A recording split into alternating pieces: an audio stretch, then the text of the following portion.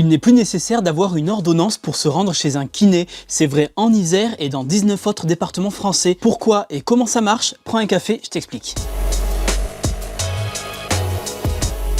Depuis le 8 juin, il est possible de se rendre chez un kinésithérapeute sans passer par la case médecin, et donc sans prescription médicale, à condition de consulter dans l'un de ces 20 départements. C'est donc le cas en Isère, dans le Rhône, en Meurthe-et-Moselle ou encore dans le Haut-Rhin. Il s'agit d'une expérimentation qui va durer 4 ans. Alors pour être précis, il existe 2 cas de figure. Premier cas, tu as une maladie déjà diagnostiquée par un médecin, par exemple la maladie de Parkinson, et tu ressens le besoin de faire des séances. Tu peux consulter un kiné en illimité. Deuxième cas, tu souhaites faire une séance pour un problème nouveau, comme une douleur à l'épaule. Tu as droit à 8 séances, mais au bout des 8 séances, il te faudra voir un médecin pour continuer. Il y a quand même un mais. Si le kiné juge qu'un examen médical est nécessaire, il devra te rediriger vers un médecin. Alors pourquoi cette expérimentation? Elle vise à faciliter l'accès aux soins pour les personnes qui n'ont pas besoin d'un examen médical. Imagine, tu n'as pas de médecin traitant, ou alors il n'est pas dispo avant un moment, alors que tu souhaites consulter pour un problème bénin qui peut être réglé en quelques séances. Cet accès direct est censé simplifier ta prise en charge. Il doit aussi permettre de libérer du temps aux médecins généralistes pour les autres patients.